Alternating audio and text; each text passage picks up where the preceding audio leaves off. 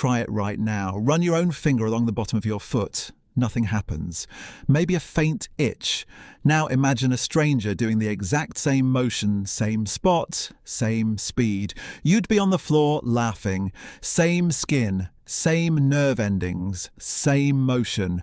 So why does one feel like nothing and the other feel like an explosion? The answer isn't about your skin at all. It's about your brain, and it reveals something most people never think about. Your brain is constantly predicting the future, and it's been doing it since before you were born. Here's what's actually happening.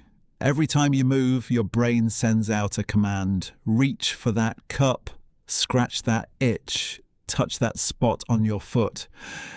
But it doesn't just send the command and wait to see what happens. It also sends a copy of that command to a different part of itself, a kind of internal preview. Scientists call this a forward model. Your brain predicts the exact sensation that's about to occur, milliseconds before it actually does. This means by the time your finger touches your foot, your brain already knew it was coming.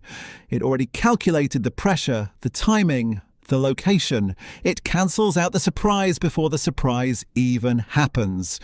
That's why self-tickling falls flat. Your nervous system filed it under expected before your finger even made contact. A stranger's touch carries no such warning. There's no internal copy of their intention, no forward model running in your head about what they're about to do. So when their finger lands on your foot, your brain has nothing to compare it to. The sensation arrives raw, unfiltered, and your brain treats it as new information. New information that might matter. New information that might be dangerous. Researchers at University College London, including neuroscientist Sarah Jane Blakemore, ran experiments in the 1990s using a tickling machine. Participants controlled a foam paddle that brushed against their own palm, sometimes with a slight delay built in. The shorter the delay between the participant's movement and the resulting touch, the less ticklish it felt. The longer the delay, the more ticklish it became. Even a fraction of a second mattered. Your brain wasn't asking, "Is this touch?" It was asking, "Did I expect this touch at this exact moment, in this exact way?" Brain imaging backed this up. When people tickled themselves, activity in the cerebellum spiked. The cerebellum is the part of your brain responsible for fine motor coordination and, it turns out, for predicting the sensory consequences of your own movements. It's quietly running calculations every second of your life, cancelling out millions of sensations your body produces just by existing. Your shirt against your skin, your tongue against your teeth, the weight of your own arm. If your brain didn't filter these out, you'd be overwhelmed by your own body's noise constantly. This is the same system that lets you walk without consciously tracking every footstep. The same system that lets you talk without flinching at the sound of your own voice vibrating in your skull. Self-generated sensation gets quietly muted. Foreign sensation gets the spotlight. It's not a flaw, it's a survival tool. Why would evolution build something this specific? Think about what tickling actually protects. The places most ticklish on your body, the ribs, the neck, the soles of the feet, the underarms, are also the places most vulnerable to attack. Soft tissue, exposed arteries, areas a predator or rival could strike fastest. Some researchers, including primatologists studying tickle responses in chimpanzees and gorillas, have proposed that ticklish laughter evolved as an early warning system. Laughter paired with squirming forces you to protect those vulnerable zones, twisting your body away from the touch, pulling your limbs inward. It looks playful, but the reflex underneath it may have started as defense. Here's where it gets stranger. You can't ambush yourself. Your own hand can never catch you off guard. Which means the part of tickling that matters isn't really the touch. It's the unpredictability, the not knowing. The brain isn't reacting to fingers on skin, it's reacting to surprise on a body part it's evolved to protect at all costs.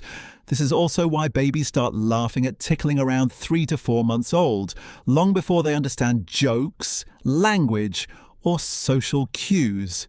Developmental psychologists have documented this as one of the earliest social bonding behaviours between infant and caregiver. A parent's unpredictable touch paired with eye contact and a smiling face teaches an infant's brain something critical. This unexpected sensation is safe. It's playful, not threatening. Tickling becomes one of the first ways your brain practices the difference between danger and delight, using nothing but timing and trust. And that trust component matters more than people realise. Try getting tickled by someone you don't like, someone whose presence makes you tense. It rarely feels fun. It can feel almost unbearable, even invasive. The same unpredictable touch, the same nerve endings, but a completely different result. Why? Because your brain isn't just predicting the sensation, it's also weighing the source. A trusted hand triggers play. An unwelcome hand can trigger something closer to threat. Tickling sits right on that boundary between pleasure and panic. And which side it lands on depends entirely on who's doing it and whether your nervous system has decided they're safe. This same prediction machinery, the one quietly cancelling out your own touch every second, shapes far more of your daily life than you'd guess.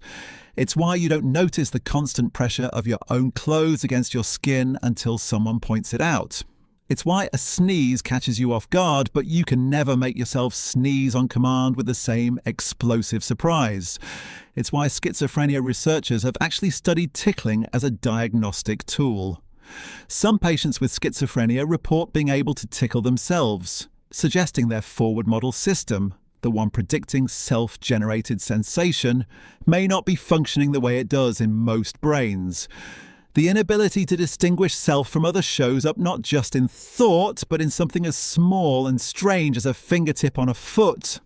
So the next time someone tickles you and you collapse into helpless laughter while you sit there completely unaffected, trying to do it to yourself, remember what's actually happening underneath. It has nothing to do with weak willpower or thin skin. It's a multi-million-year-old prediction system running silently in your cerebellum, deciding in real time what counts as expected and what counts as a threat worth flinching from. Your brain has been quietly filtering your own existence since before you could speak, cancelling your own footsteps, your own heartbeat, your own breath, so that the world outside you can stand out in sharp relief. Tickling is just the one place where that filter becomes visible, where you can actually feel the line your brain draws between self and everything else. And maybe that's the real reframe here. You are never ticklish because your skin is sensitive. You're ticklish because somewhere deep in your nervous system, a part of you has been keeping watch this entire time, waiting for the one touch it never saw coming.